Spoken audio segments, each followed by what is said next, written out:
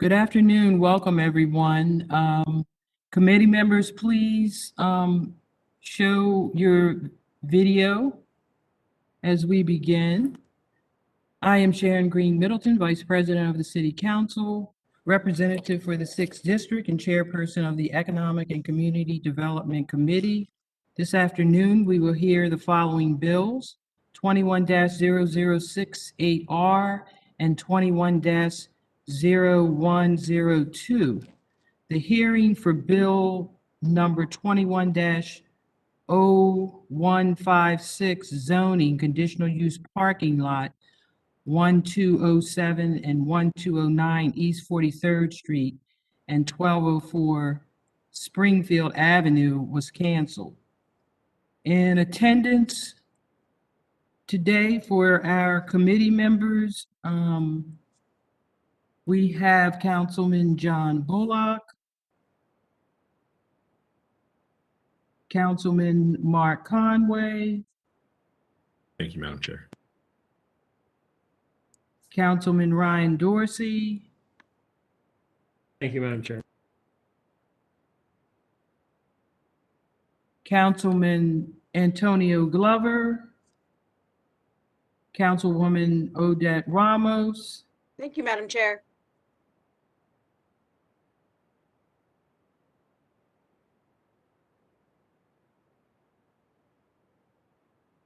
and we also have Councilman James Torrance of the 7th District, which is the sponsor of our first bill. And for the council president staff, I see Nikki Thompson, Director of Legislative Affairs. Thank you, Madam Chair. I also see Lucy Font, Staff Assistant for Legislative Affairs. Thank you, Madam Chair. And moving on down the list.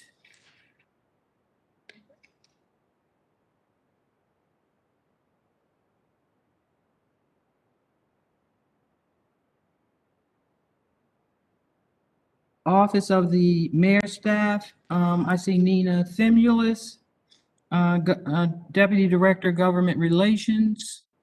Thank you, Madam Chair.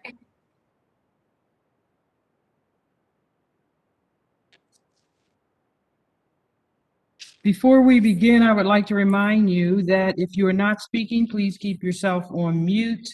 Please do not take yourself off of mute unless you are recognized. When recognized, please identify yourself and the agency or organization that you represent. Once you have finished speaking, please put yourself back on mute. So let's begin. Bill number 21-0102, building permits, disposal plan requirements, the John F.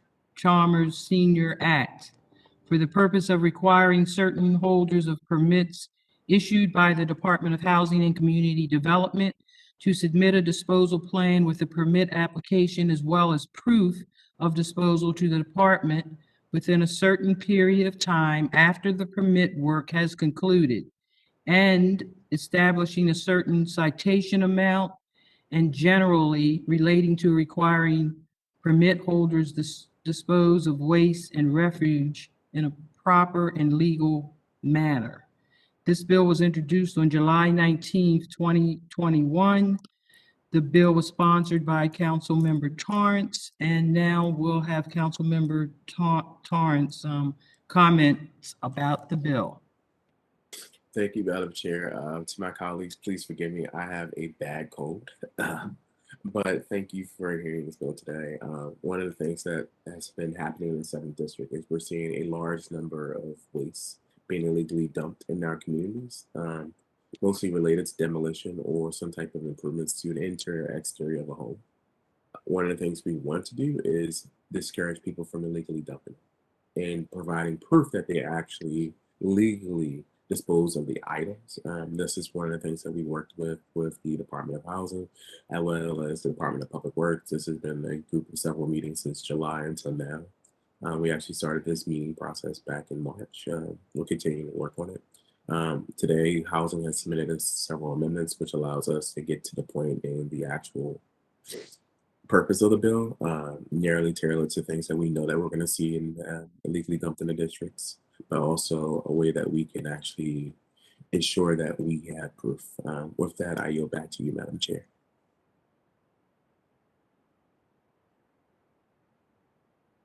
And just a quick note, we noticed that some people need to be elevated. That will happen at the appropriate time. And I also want to recognize a member of the committee, Councilman Robert Stokes. Thank you, Madam.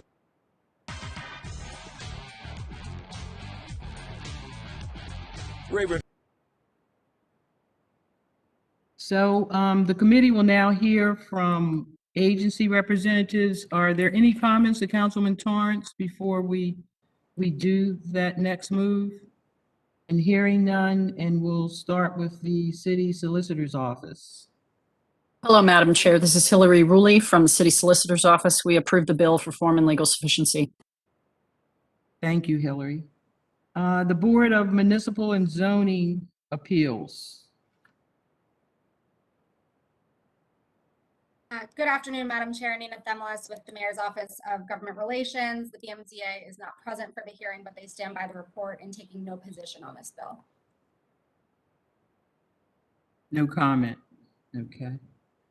No comment from the Board of Municipal and Zoning Appeals. The Department of Finance. Good afternoon, Mara James for the Department of Finance. We stand by our report. We oppose this legislation based on our fiscal analysis. It would be an estimated cost of $189,244. At this time, we do not believe that the budget can support this, considering the impacts from COVID-19 to our budget, as well as the increased educational spending that will be starting in fiscal 2023 as a result of Kerwin legislation.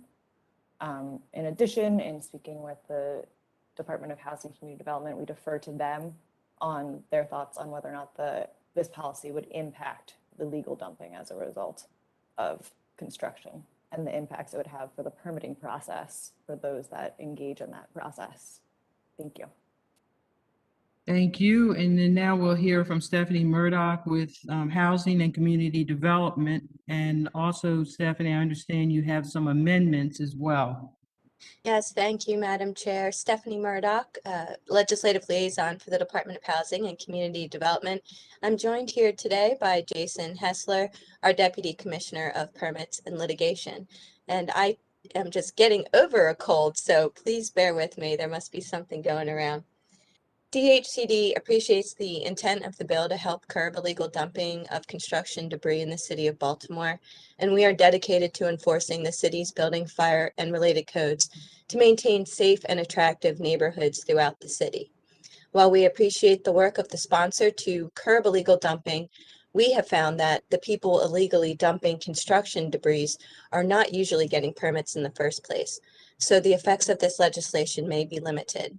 Additionally, we have concerns that the legislation would pose unfunded fiscal and operational impacts on the agency around implementation and is unlikely to generate substantial revenue for the city. We have outlined our concerns in our bill report, and we have drafted some friendly amendments that would meet the intent of the legislation and lessen the operational and fiscal impact on the agency, and would not further discourage individuals from participating in the permitting process in the first place by adding an additional step and lengthening the process. If it's okay with you, Madam Chair, I would like to run through the agency's 4 amendments, and Jason and I can stand by to answer any questions from the committee. You were given presenter rights. Can you show them to the committee members? Let's see. Wonder if Ms. Coates could pull them up, because I don't know if I can share, read off of my notes here and also have the amendment showing at the same time. She doesn't have them. She does not have the amendments. Okay, I sent them around earlier. Jason, would you be able to share your screen and pull them up? Yeah, if I made. Okay, just one moment. Thank you. Mm-hmm. I just need to be elevated to be able to share content. Hold on one second. She's working on that now.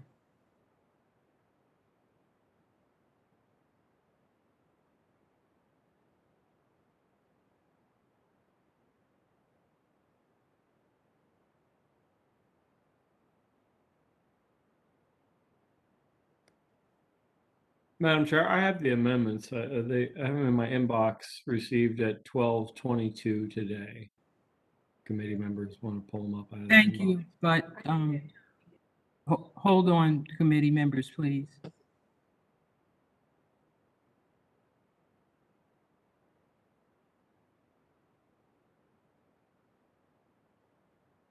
All right, perfect. Thank you very much. Okay, the First Amendment is pretty straightforward. It would move the effective date from 30 days to 90 days after enactment, which would allow the agency time for additional hiring, program design, and implementation. The Second Amendment would more narrowly limit the types of permits that require a disposal plan to interior and exterior demolition and allows for the discretion of the building official. DHCD's permits division presently reviews over 39,000 building permits a year, and as drafted, the legislation does not limit the types of permits which would require a disposal plan. A disposal plan may not be necessary for all types of work requiring a permit. For instance, an electrician may only generate a handful of wires, while a demolition may generate truckloads of debris. So we believe this Second Amendment would significantly lessen the review, monitoring, enforcement needed by DHCD staff. The Third Amendment would remove the 30-day requirement for post-work proof of disposal after the completion of the work and requires that proof be submitted prior to the building official finalizing the permit and issuing an occupancy permit for the structure on which the work was performed. And it may subject the permit holder to a penalty for failure to submit a proof of disposal. By removing the 30-day requirement for post-work proof of disposal and requiring the proof be submitted prior to the issuance of a use and occupancy certificate and the finalization of the existing permits, we would again lessen the review, monitoring, and enforcement needed by DHCD staff. The fourth and final amendment would increase the ECB fine from $250 to $1,000. And we believe this would make the penalty more impactful and not be perceived as just the cost of doing business. In closing, because of the concerns laid out in our bill report and the financial impact discussed by finance, we object to the passage of the bill as drafted, but we are open to the consideration of amendments to meet the sponsor's intent and lessen the operational and fiscal impacts on the agency. And I just wanted to end by thanking the sponsor for working with us over these past few months on this legislation. And Jason and I stand by to answer any questions you may have. So thank you. My first thing is that, thank you for submitting these, but they were done at 12 o'clock today. And just as a polite gesture, committee members, as well as anyone else that gets these amendments, I don't know if Nina Thimula's office has received the amendment. You know, it should have been dialogue with her office. I don't know if the law department has seen these amendments. This is just one reason why we try to do things ahead of time, to be involved in that dialogue before the actual hearing takes place. So on that note, I need to know if the law department, have you reviewed these amendments and have any comments? Madam Chair, I just wanted to add that these are the amendments that were included in our bill report that was submitted. And the ones that you're looking at today are the actual version from legislative reference. And these were shared with the mayor's MOGR and the law department. Before 12 o'clock today? In our bill report. Mm-hmm. Not in this form, but the language was included in our bill report. Okay. I need a comment from the law department. Do you have comments on these amendments or approve these amendments? This is Hillary from the Law Department. I'm covering for Elena, so I don't know if she's seen them or not. I assume she has. From what I can tell, they would be approved, but again, it's kind of, I can't scroll down, so I can't be sure, but it certainly looks like they would be, yeah, I mean, it looks like these would easily be approved. Yeah. Elena did have the opportunity to Okay, review that. then yeah, Mhm. I mean, these all look like they would be approved. Thank you. Nina, your office have a comment? I had to take myself off mute. Thank you, Madam Chair. Yes, we have seen these amendments and have no additional comments on them, but we did receive them in the initial bill report and then this afternoon as well. Thank you. And then I want to go back to the sponsor of the bill. Before that, any committee members have any questions at this point? Yes, Madam Chair, Councilman Stokes, I have a question. Yes. I guess it's more for Jason. I see the fine increase, but I mean, you got to catch them first. And it's almost like people dumping just regular trash. You got to go to court. Somebody got to be a witness. So I don't see what $1,000 will make a difference. My question to Jason is, when they are doing development, why don't we have part of their development pieces telling us if they type of development they're doing, if they're tearing down a building or rehab, where are they now? What are they using to get rid of the materials? Are they gonna have their own dumpster? Where they taking it to? You know, I think if we can do that. I don't know if we can do it, Jason. Then we have a better understanding of that particular development where they're going. Because right now, if you just increase it for $1,000, even if they got a permit, that doesn't mean it's actually going to happen. They're going to take it to where they're supposed to take it. But is there any way that we can make sure that when they do the development, where the developer is, that one, they have a dumpster, because a lot of them dump and they leave the stuff in the yard, and then constituents call because it sit, and it sit, and then all of a sudden, some of them that do it don't take it to where it goes. They'll pay somebody else that's not licensed to get rid of it, and they might take it to another neighborhood and dump it in the alley. So my question to you, Jason, is there any way part of their requirement is they have to submit to, they have a dumpster and where they're gonna be putting the material at? Yep. Thank you, Councilman. Jason Hessler, Baltimore City Department of Housing and Community Development. The intent of this bill is to require in any permit where there's interior or exterior demolition. So anytime there's a significant amount of debris being made, that the applicant for that permit would submit a waste plan to the department. So it would be part of the permit application on a form that, if the amendment moves forward, on a form that the building official approves. So we would be collecting information on storage, hauling, disposal, the entire waste management plan, so that if we found dumping in or around the area, we may be able to track it back to a particular project and hold particular contractor or property owner responsible where appropriate. And then if they're not following the plan, the $1,000 is penalty that they would face. Is that form a new plan, a new step? Yes, that's what this legislation would put in place. That's really the main gist of the legislation, is to have a waste management plan for certain types of permits. Any other questions or comments from other committee members? Yes, Chair? Madam Chair. I'm hearing, I think Councilman Dorsey was first. Thank you, Madam Chair. Stephanie, I heard you give a number for the number of total permits that the department approves each year. I'm not sure. Did you give a number for the number of demo permits and how many this bill, the amendments would reduce the scope to?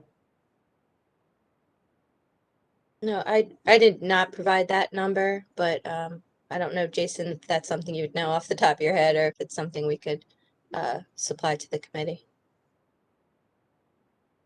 So straight up like traditional demo where the entire structure is being removed is 500 or 600 permits a year usually.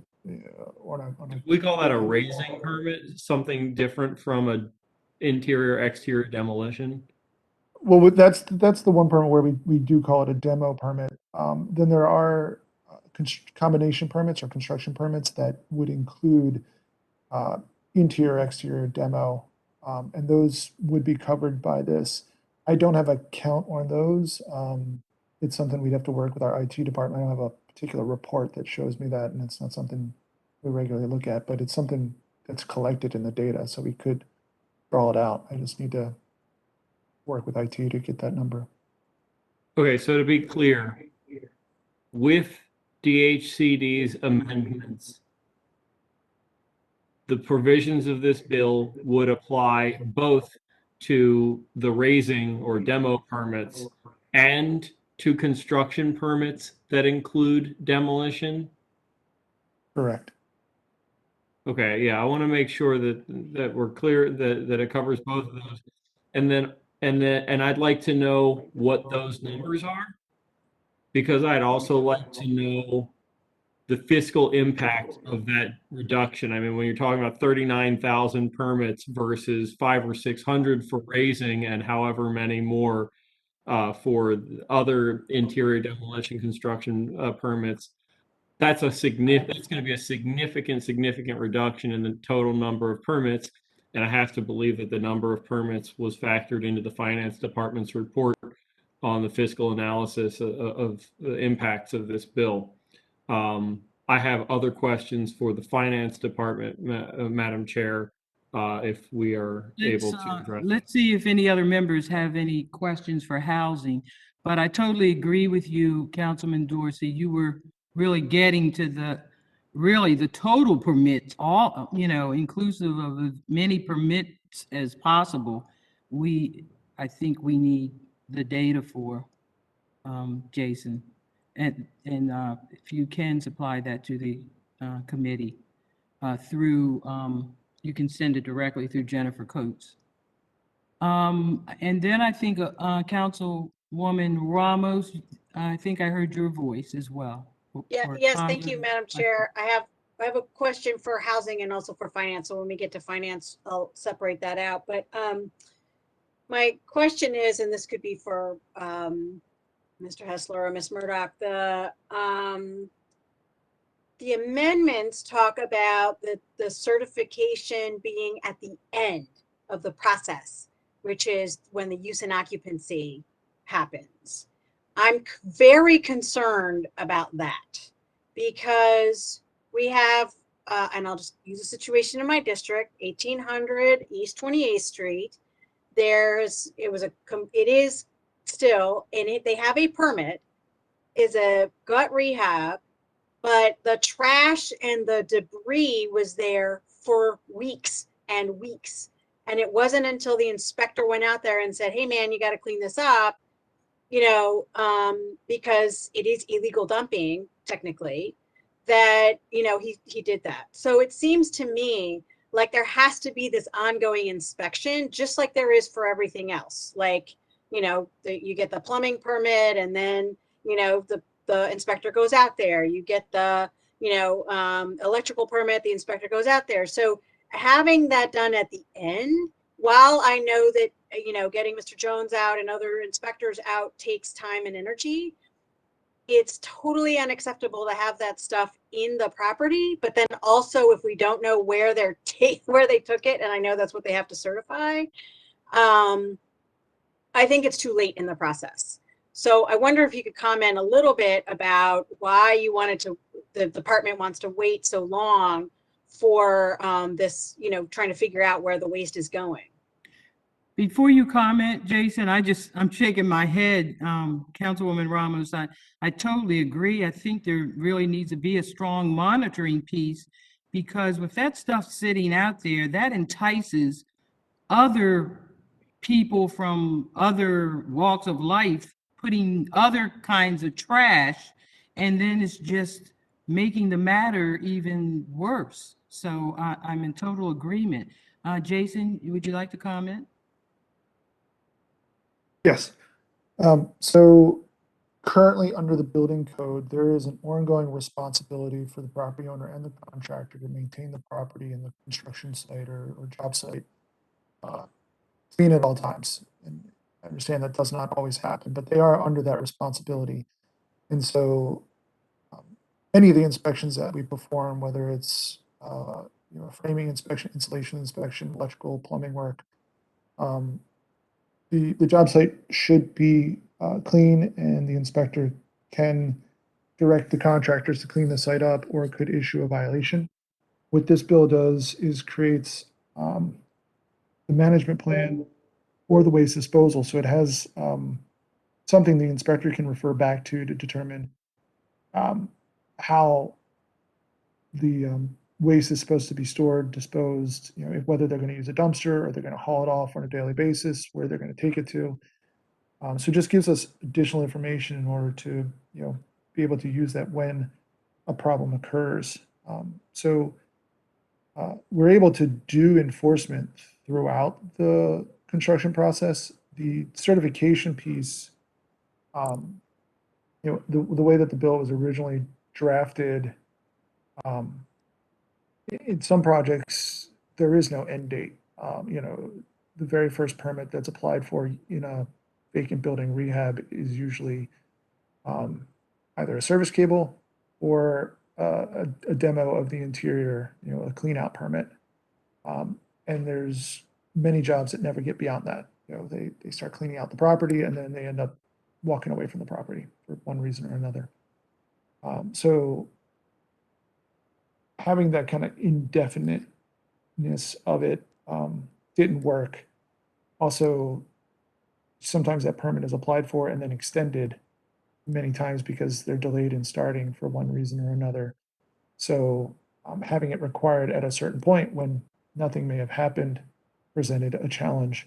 So, in working with the councilman and, thinking about this bill, we found that we believe that the best way to kind of capture that was to have the plan submitted at the beginning when they're applying for the permit and approved as part of the permit process, but then require that that interior demolition or exterior demolition work, whatever may be happening, is required to be finalized so that they have to submit those things and that they won't be able to get that finalization on that permit or give their use and occupancy unless that's done.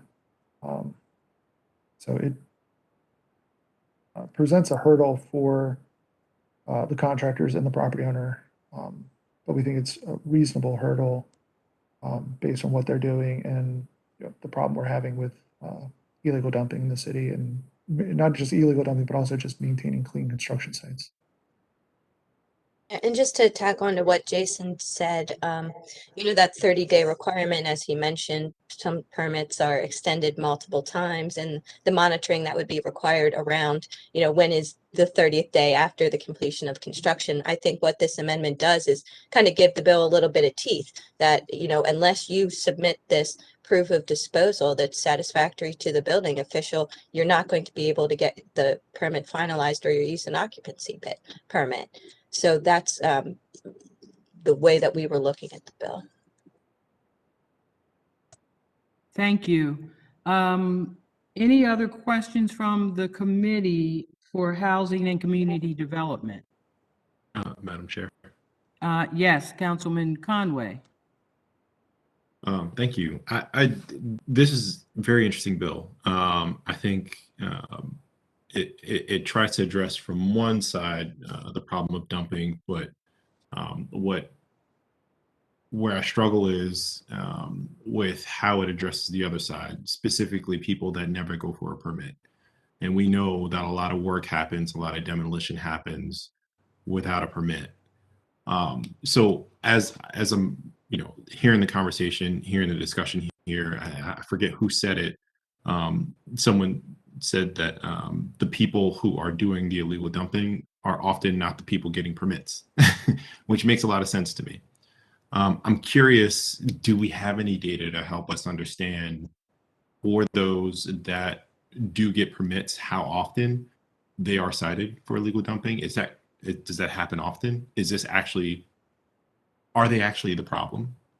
And then for those that we don't know, and maybe this is a part of a whole different hearing that we should be thinking about, what can we do to make sure that people are getting permitted and doing legal work that we can track and so on and so forth? So that's a pretty broad question, but I think something that we really need to be thinking about. I think if everyone relied more heavily on permits, this would be a phenomenal solution. But we all know that probably more work goes on in the city without a permit than does with a permit. So we do issue 39,000 permits a year for all types of work. There are pretty stiff consequences already in the code when someone is caught for doing work without a permit or outside the scope of a permit.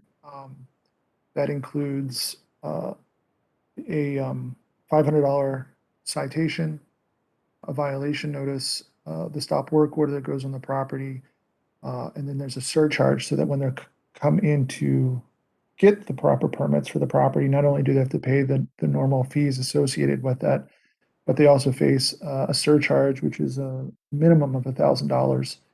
It can be much higher depending on the type of work and cost of work.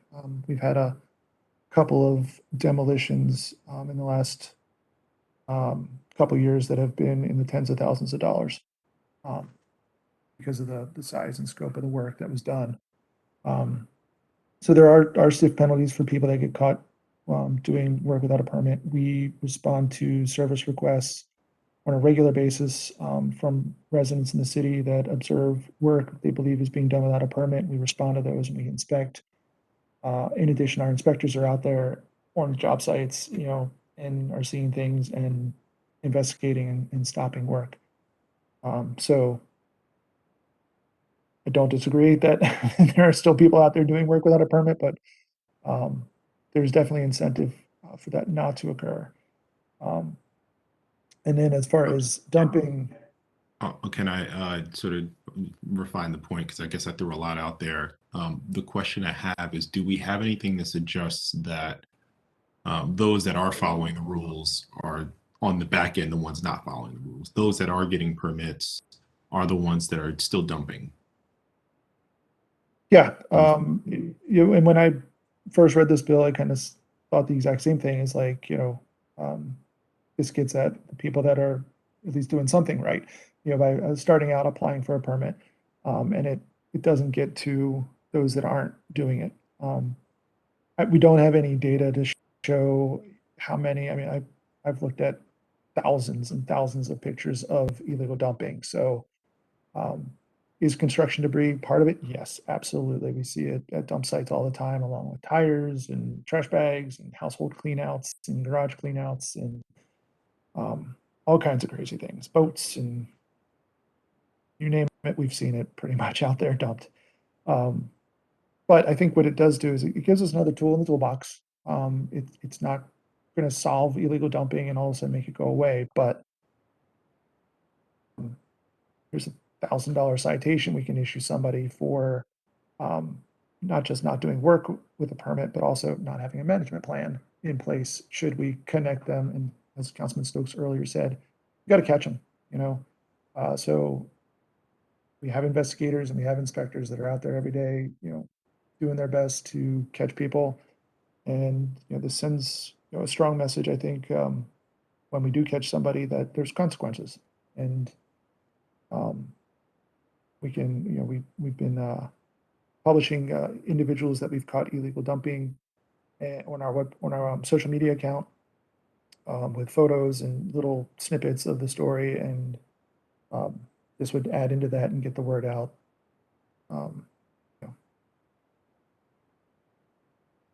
And Thank then you. Oh, I'm sorry. Go I ahead. have one more comment Sure. question. I think the other question here is, would this have an impact potentially on contractors' inclination to get permits, knowing that this will be an additional ask of folks. So yeah, I think that's the question. Will people say, I'm not going to bother getting permit, it's going to slow down the project, potentially causing us additional problems down the line? And how do we, I mean, of course we need to improve our permitting system, but what are your thoughts there? Yeah, anything you add to the process potentially, makes people turn away from it. We are in the process of looking at a better permitting process that is friendlier, easier to use, and easier to upload documents and those kinds of things to kind of make it more streamlined. A platform that would work across devices, and look the same and act the same, so that contractors could apply for a permit in the field, as they come across a change in the scope of the work or something of that nature. So it's possible, but we are actively working on improvements in that area. I think that there are disincentives in not pulling a permit that are pretty substantial, and this bill builds that in. So it's hard to say scientifically one way or the other, but I don't know that it'll hurt.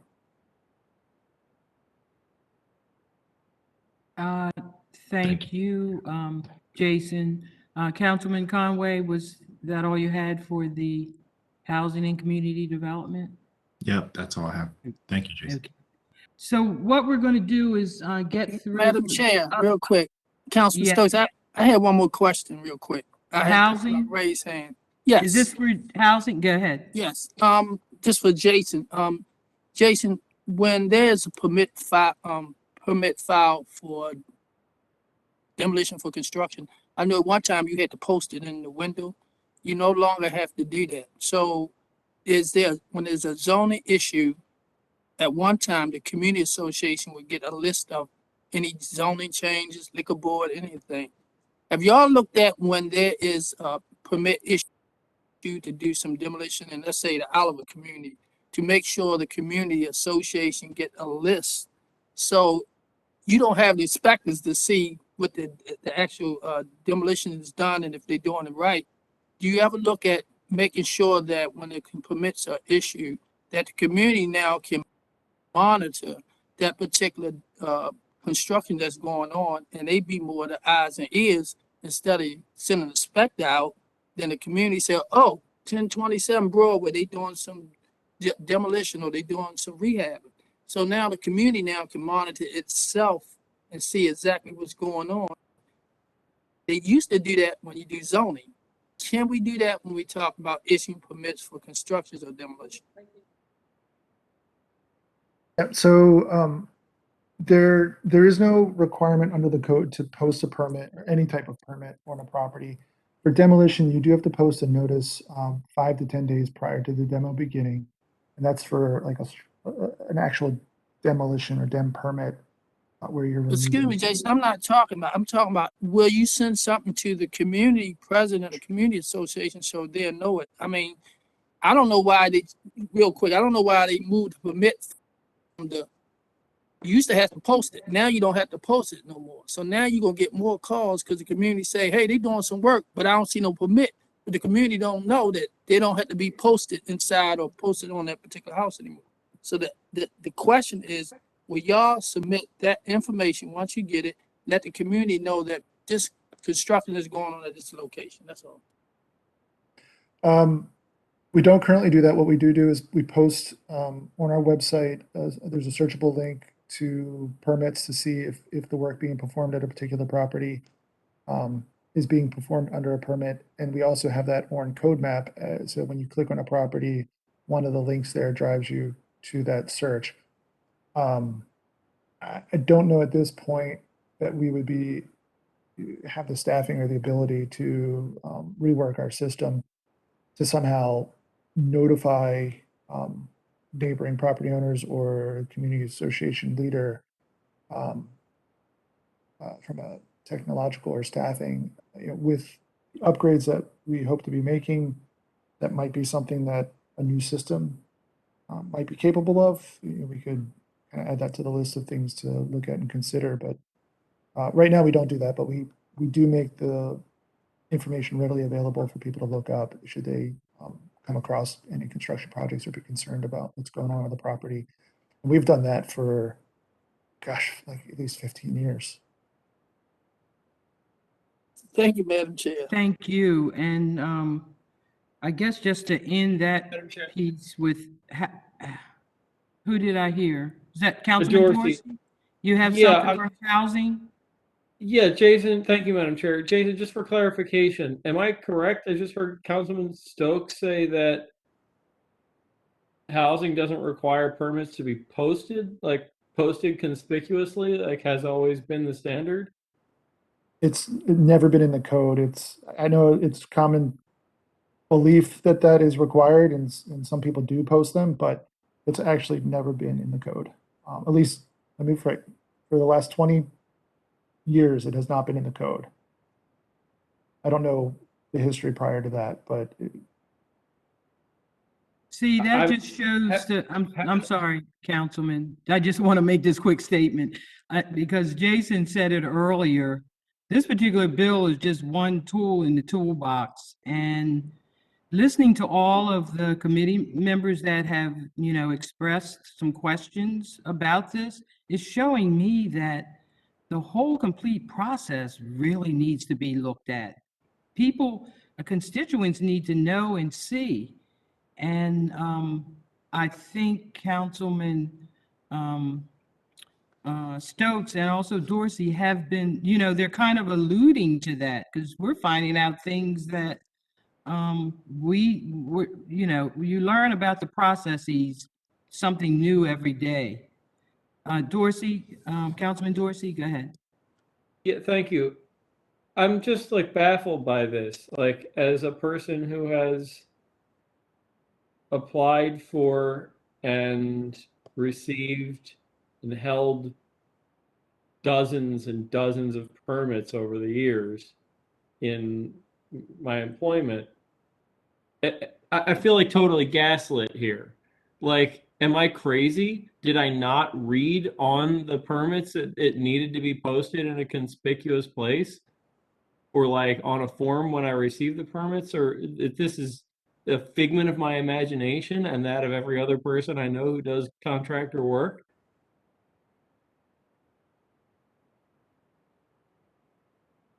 Any comment, Jason? Or I can Stephanie? just, I can just go back to, the code does not require the notice to be posted. And nothing in rules and regulations from the permitting office?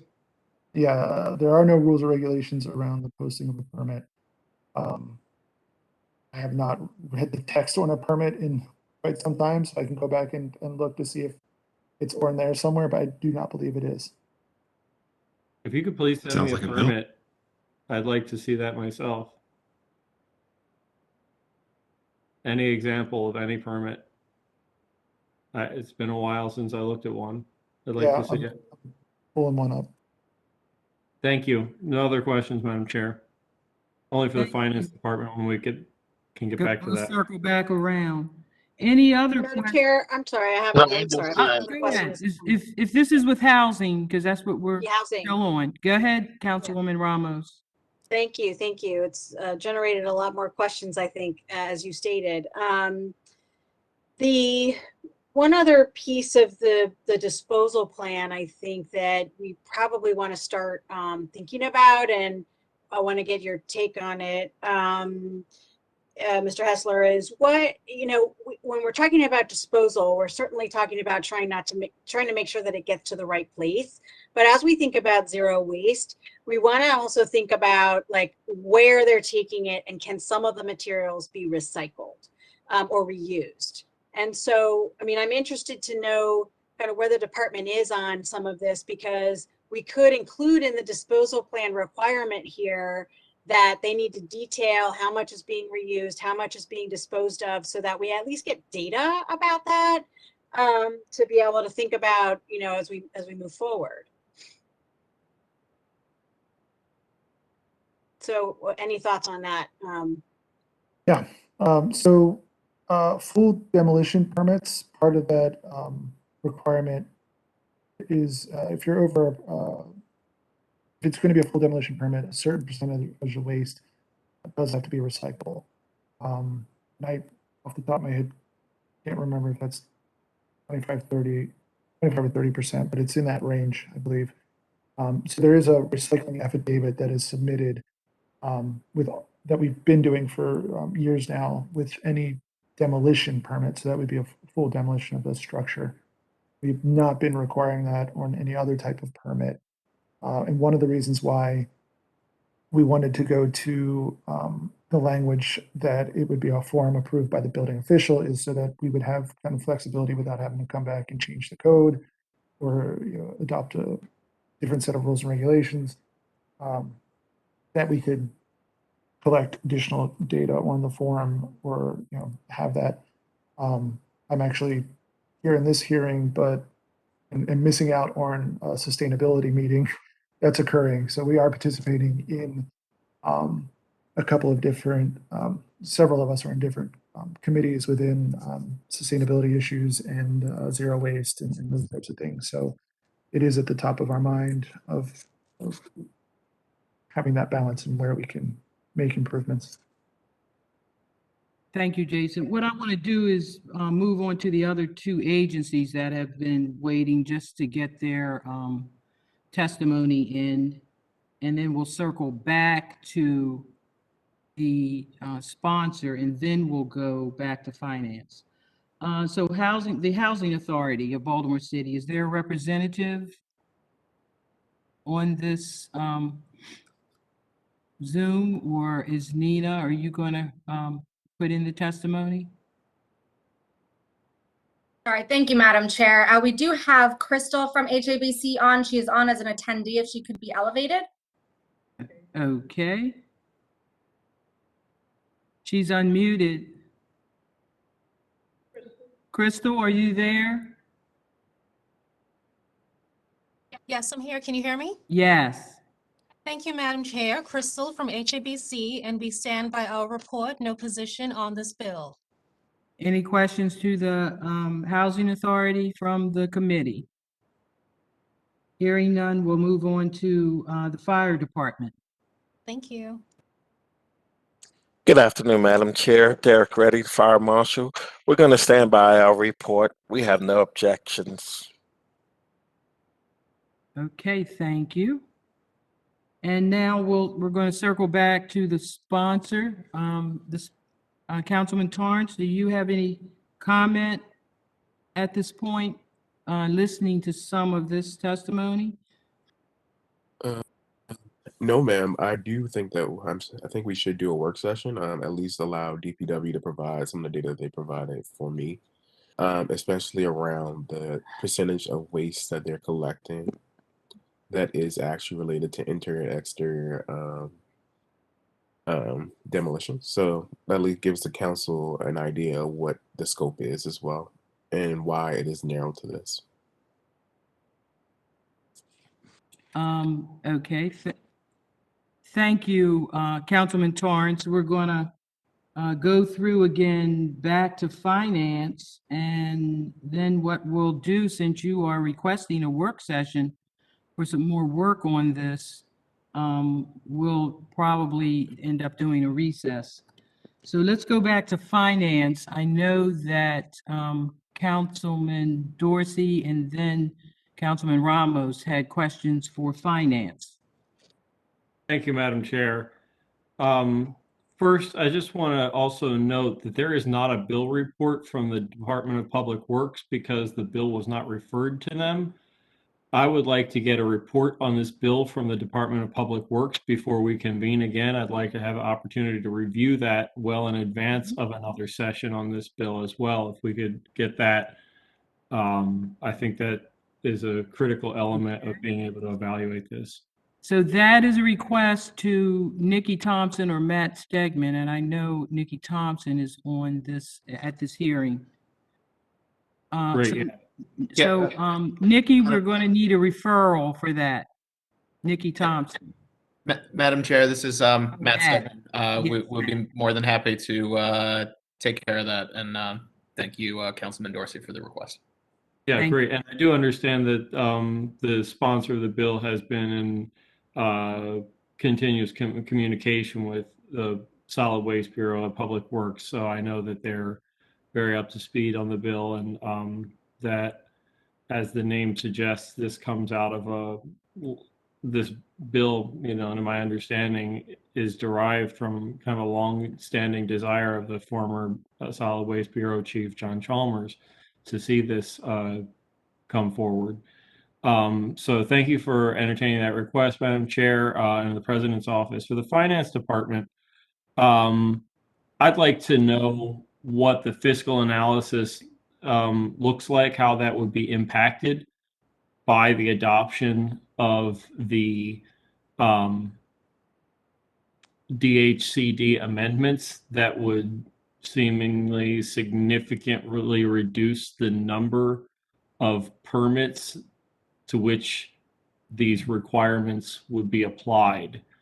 So you know, the sooner we can get those numbers from DHCD, again, that's for, I guess, any raising permits and any permits that are for, you know, kind of general construction for interior or exterior demolition, which would, I guess, cut out other specific trade permits such as HVAC, plumbing, and electrical. I'd like to know, once we have that scope, how that impacts the fiscal read on this.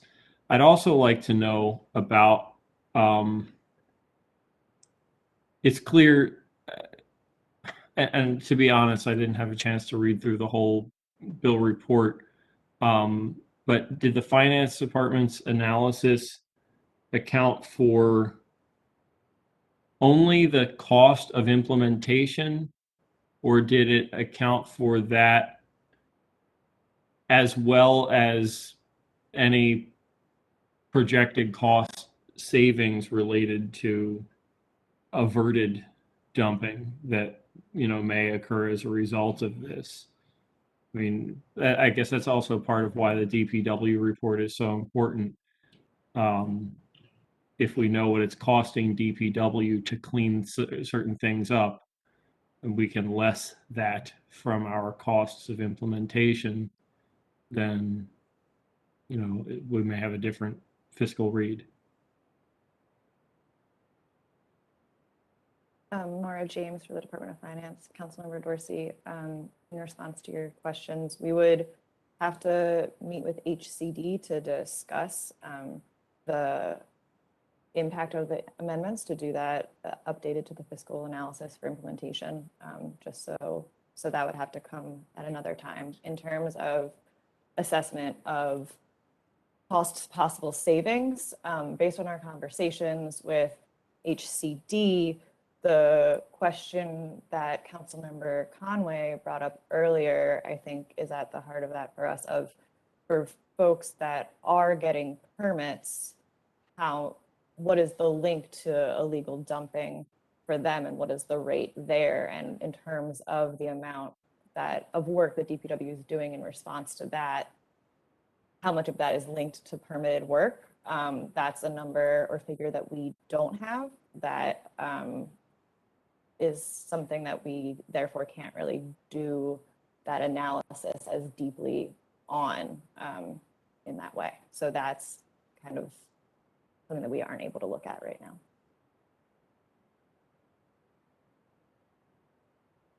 Thank you. Madam Chair. Thank you. Councilwoman Ramos, you're next for Mara. Thank you very much, Madam Chair, and colleagues. My questions were along similar lines as the councilman's, in terms of the analysis, because it seems like, you know, adding 2 people plus another investigator, you know, I know that we have expertise, you know, we have experts in certain types of inspections, but I don't know that we would need like a special inspector to do this, because we've got Mr. Jones has been, at least on my properties in my district, has been going out and doing these kinds of inspections. So I just wasn't sure, how the analysis came about, but it sounds like it came about because you were using that 39,000 number and not the 500 or 600 number, thinking that there would be an additional cost. But the analysis of, the dumping that the councilman had asked for is going to be really critical so that we can actually get a complete analysis of the costs and not just the personnel side, but also the cost of illegal dumping pickup is going to be critical. So just seconding that motion because those questions were similar to mine. Thank you. Okay. I do just want to recognize, I think Marsha Collins is on for DPW as an attendee, so, which is good because, as seems like there's going to be some more work done to this bill. And, since they are present, they are listening to, the testimony. And on that note, if there's no more questions, we are going to move to public testimony. And just so everyone will know the rules, computer users, please use the raise hand function if you wish to testify. When called upon, please state your name. Attendees who are called in by telephone will be unmuted. Callers will hear 2 beeps. If you do not wish to testify, please say so. If you do wish to testify, please state your name. So we're looking, I don't see any hands raised. So now we're checking for callers. And we see, okay, Jamal Simpson, which I think is staff member. And so you're saying there are none, Jennifer? Okay. Okay, at this point, we do have some amendments from housing, and because we're going to honor the sponsor's request, I really think that this is a good bill that just opens up a lot of standing problems that have been going on with our city as far as dumping and permits. And so we will go in recess for this bill, and we'll be in touch again soon for a work session date. Thank you.